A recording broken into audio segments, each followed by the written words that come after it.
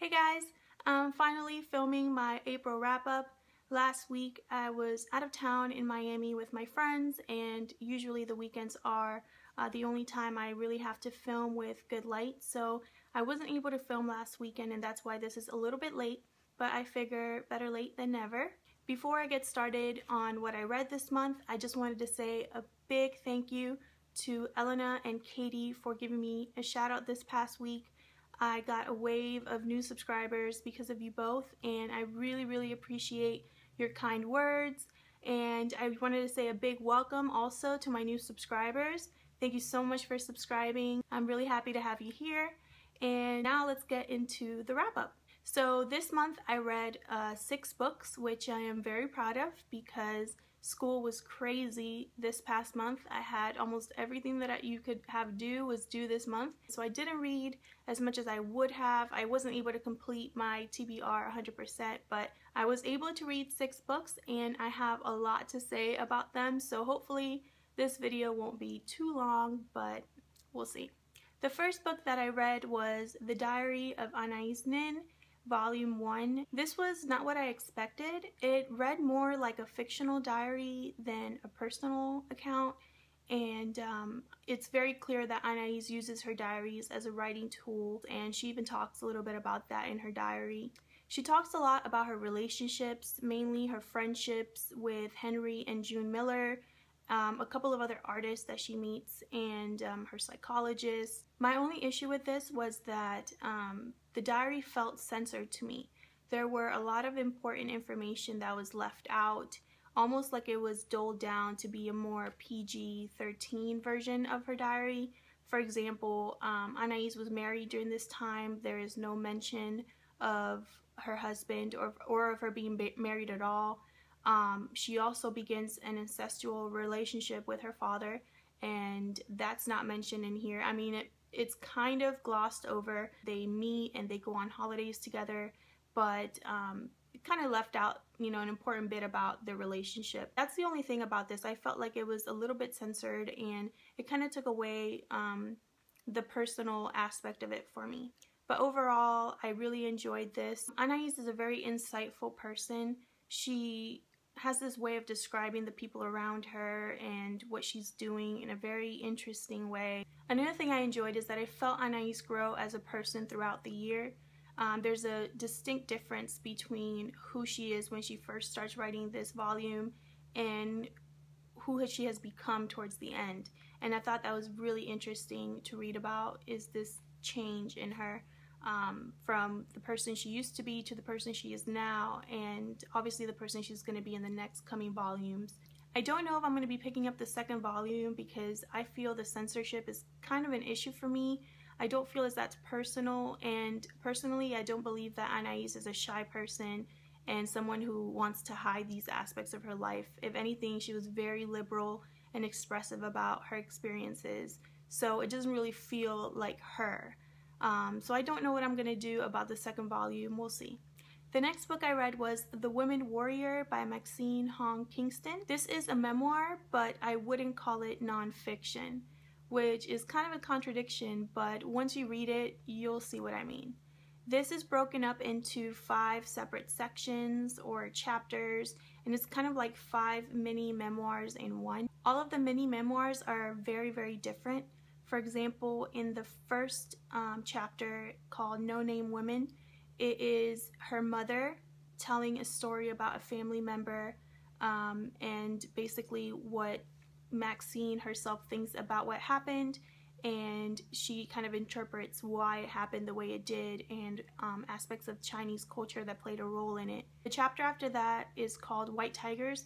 This was my favorite chapter, and it basically is a retelling of the legend of Fa Mulan. Kingston kind of puts herself in Fa Mulan's place and tells kind of her own version of the events, and it was so interesting to read about. It really felt like a parable or an allegory or something like that. It didn't really feel like just a short story.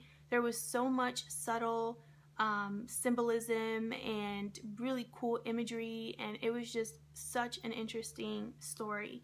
It is not really real though. It's not something that happened to Maxine herself. It's kind of like Kingston is trying to use Fa Mulan as a vehicle to express how disappointed she is in her American life. The last 3 chapters deal with Kingston's mom, her aunt, and finally Kingston's childhood. There are a lot of interesting themes discussed in this memoir, mainly culture and identity, but what really stuck with me was the way that Kingston told her story and her version of the events. Kingston is a master at perspective and narratives. She's able to seamlessly shift from, you know, first, second, and third narrative, and you don't know how you got there, but overall it enhanced the story, so you don't care. It was just so interesting to read and see how she moved from, you know, the present to the past to legend to real life, all kind of mixed in together, and I absolutely loved it. It was just so unique. I don't know, it really was an interesting experience reading this book. The next book I read was Dreamtigers by Jorge Luis Borges. This is a small collection of parables, short stories, and poems, and if you saw my library haul, then you know that Jorge Luis Borges feels this is his most personal work, and I was very curious to see why that was. Reading this felt like I walked right up to his desk, grabbed all the papers off the top that he was working on or had just finished but hadn't really edited, and then put it together in a book like this. I feel like these were the stories and poems that Borges didn't really have the courage to publish right away because either they were incomplete or just too out there. Some of the parables and the poems I had to read more than once to really understand the symbolism and what he's trying to convey, but others weren't really meant to be understood. I feel like you wouldn't really understand where he was coming from unless you knew him personally. So I just went right along with it and tried to interpret it as best as I could and do a little bit of research if I was able to find something to help me kind of deconstruct what he's trying to say. But overall, I did enjoy it, and I'm definitely going to be picking up a collection of his poems or short stories in the future. The next book I read was one of my favorite reads of the month, and that was 100 Years of Solitude by Gabriel Garcia Marquez.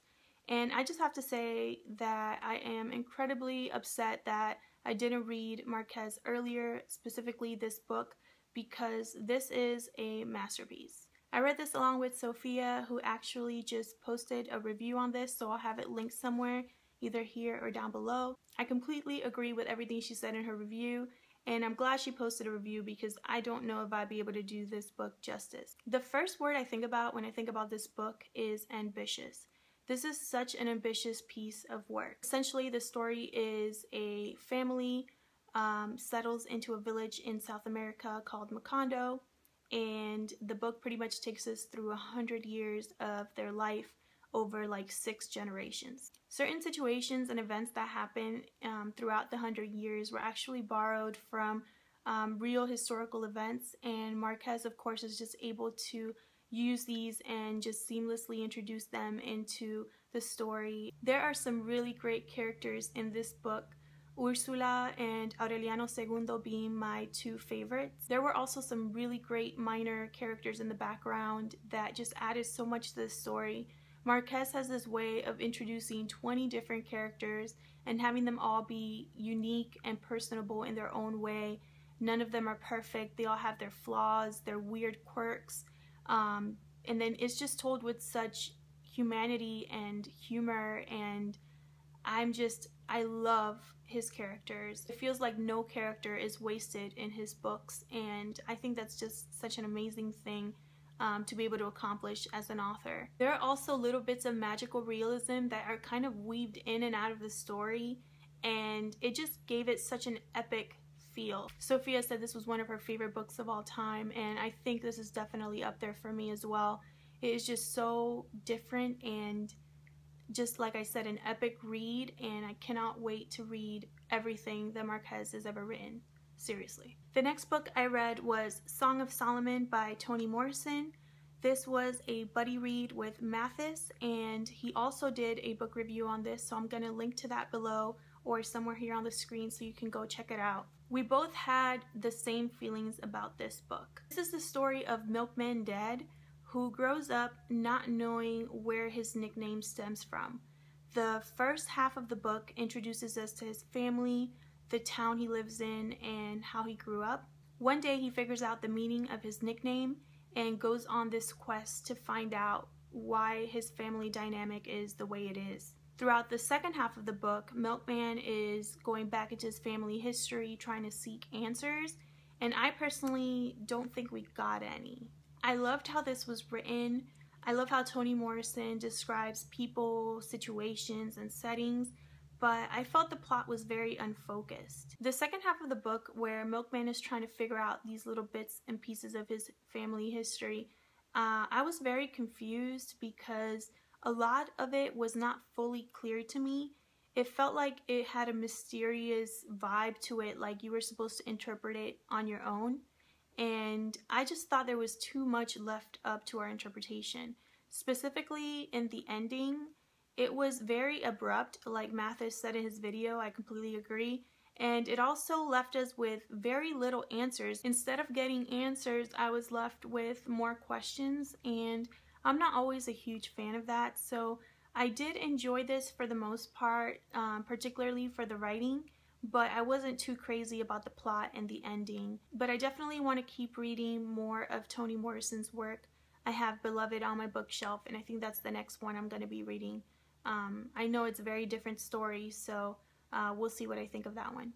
The last book I read was Cat's Cradle by Vonnegut. This was absolutely ridiculous, but a lot of fun. The narrator of this book, John, is a writer doing research for a book, and he learns about a scientist who has developed this chemical called Anais Nin that has the potential to destroy the world. After the scientist's death, the narrator tracks down the 3 children, trying to figure out what they've done with Anais Nin, and the rest of the book kind of takes a crazy turn after that. The way that Vonnegut tackles religion and how it kind of becomes a character in itself was probably my favorite part. I love the cynicism, the humor, the crazy characters, and how from the beginning Vonnegut's kind of telling you right away, this is going to be a ridiculous read.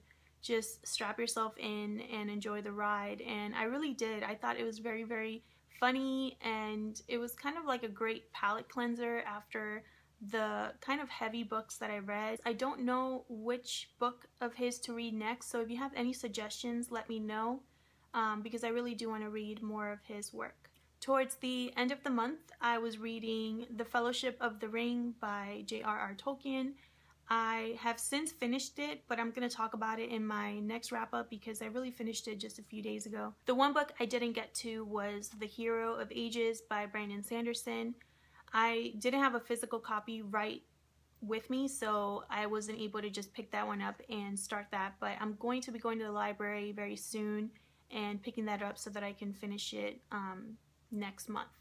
For my May TBR, my focus was really to bring down my TBR piles. So these are all books you've seen before in hauls and things like that.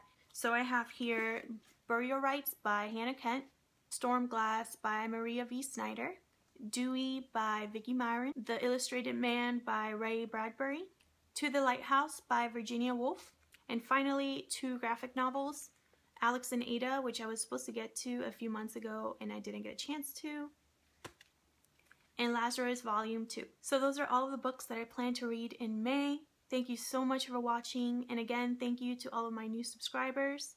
I will see you guys next time.